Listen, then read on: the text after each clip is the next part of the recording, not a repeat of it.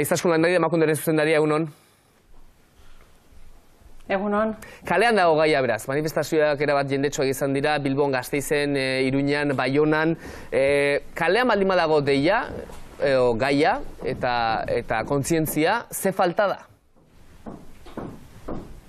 Bueno, nik uste dut hau pasu oso garrantzitsua dela, ezin dugu astu duela 15 urte hau arlo pribatuko gai bat zala eta arlo publikora pasatzea eta danok danori dagokigun gai bat onartzeak izugarrizko garrantzia du, ez?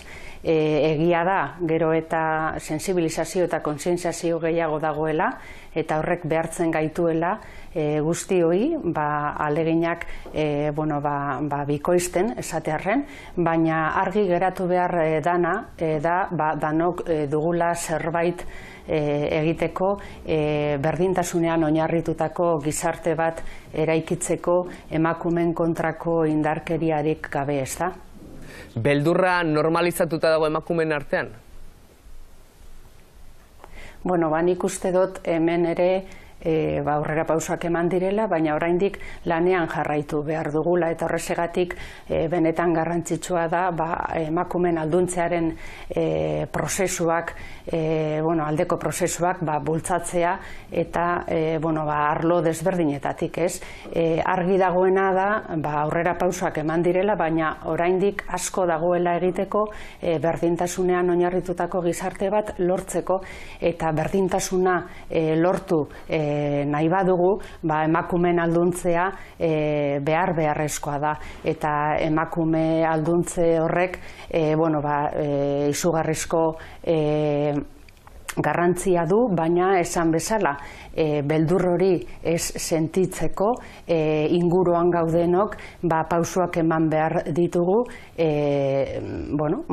horrela ez izateko, ez da? Eta esan dodan bezala berdintasunean oinarritutako gizarte bat eraikitzea guztioi dagokigun helburua da, ez da? Eta erronka. Zalantzarik ez, babesgabetasun hori gainditu egin behar dela, denon artean lagundu behar dugula gainera babesgabetasun hori gainditzen eta emakumeak ahalduntzen, atzoko pankartak ikusi ezkero, haietariko batzuk behintzat, justiziari egiten zioten, bilatzen zioten mezua, zer dauka justiziak hobetu beharra?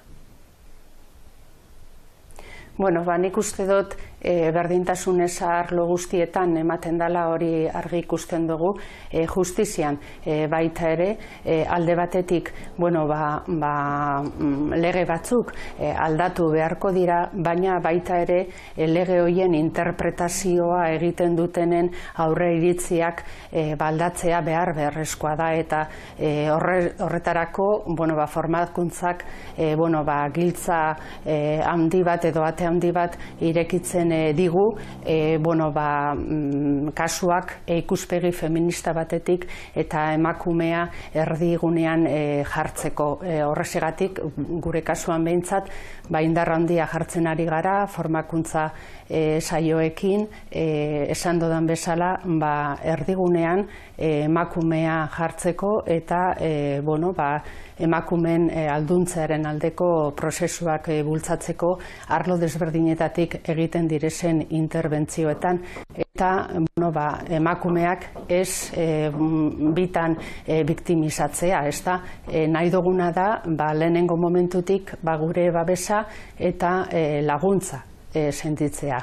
Euskal Telebistak ere reportaje bat egin du gai honen inguruan asteburuan eta bertan entzundako testigantza batek zioen oso zaila dela emakume batek sexu abusu bat, sexu eraso bat, tratu txar bat frogatu ahal izatea, behin epaitegira iritsi eta formakuntzaz ari gara, baina zenbat denbora beharko dugu hori iraultzeko, ez? Emakumeak benetan babestuak sentia daitezen, ulertuak, entzunak eta justiziak halako iritzi publikoan eta hainbesteko zalaparta sortzen duen sententziarik eman ez dezan, formakuntza diozu, zenbat denborako kontua da hori? Bueno, nik uste dut urgentziako zerbait dela ez. Lehen bailen indartu behar dela bide hau, ematen diren erantzunak egokiak izateko, eta esan dodan bezala hemen zoritzarrez protagonistak emakumeak dira, erasotuak diren emakumeak, eta gure babesa eta laguntza lehenengo momentutik sentitu behar dute ez. Ez dana posible da beldurra, lotza sentitzea, eta horrezegatik esan dodan bezala formakuntzan indarra jartzea, eta kasuak ikuspegi feminista batetik aztertzea eta erabakitzea beharrezkoa da emakumeak seguru sentitzeko ez, zeren eta ezin dugu ahaztu kasu askotan hartzen direzen erabakiekin gizarteari bialtzen ari garen mezuarekin, eta bereziki emakumeei indarkeria jasatzen duten edo indarkeriari aurre egiten ari diren emakume horiei bialtzen ari garen mezua ez. Uste dut behin horrelako eraso bat jasota seguru sentitu behar direla, eta ikustarazi arlo desberdinetatik gure babesa eta laguntza jasoko dutela lehenengo momentutik. Landai Andrea, etorkizunera begira jarrita, gazteak, lan handia egiten da esaterako beldur barik bezalako programen bidez, eta hor berdintasun mezuak zabaltzen dira, baina gaur egungo gazteak hor dinamika horietan ikusitakoaren arira feministak dira? Nik esango nuke, aipatu duzun bezala, pasadan larunbatean, beldur barik topaketa ospatu genuen Gasteizen, eta bertan parte hartu zuten neska eta mutilek aktibatuta daudela ikusi genuen ez, berdintasunaren alde, pausoak ematen, eta euren inguruetan berdintasunaren aldeko eta aldaketaren aldeko eragile bihurtzen ez. Hau benetan oso garrantzitsua da, lanean jarraitu behar dugu, azken finean gure gaztek gure gizartearen ispilua dira, eta ezin duguna da eurengan utzi erantzunkizun guztia ez. Heldu garenok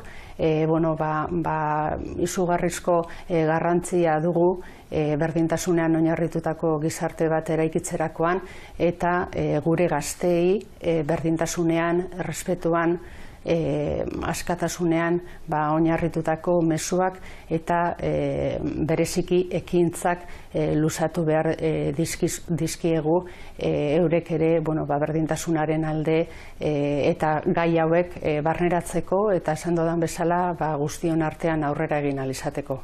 Halaxe, gaztak dira etorkizuna, eta hiexengan izan beharko dugu itxaropena egoera aldatzeko. Ez eskun Landai Emakunderen zuzendari, eskerrik asko egunon Euskadiri kaso egiteagatik beste bat arte. Bale, zuri, agur.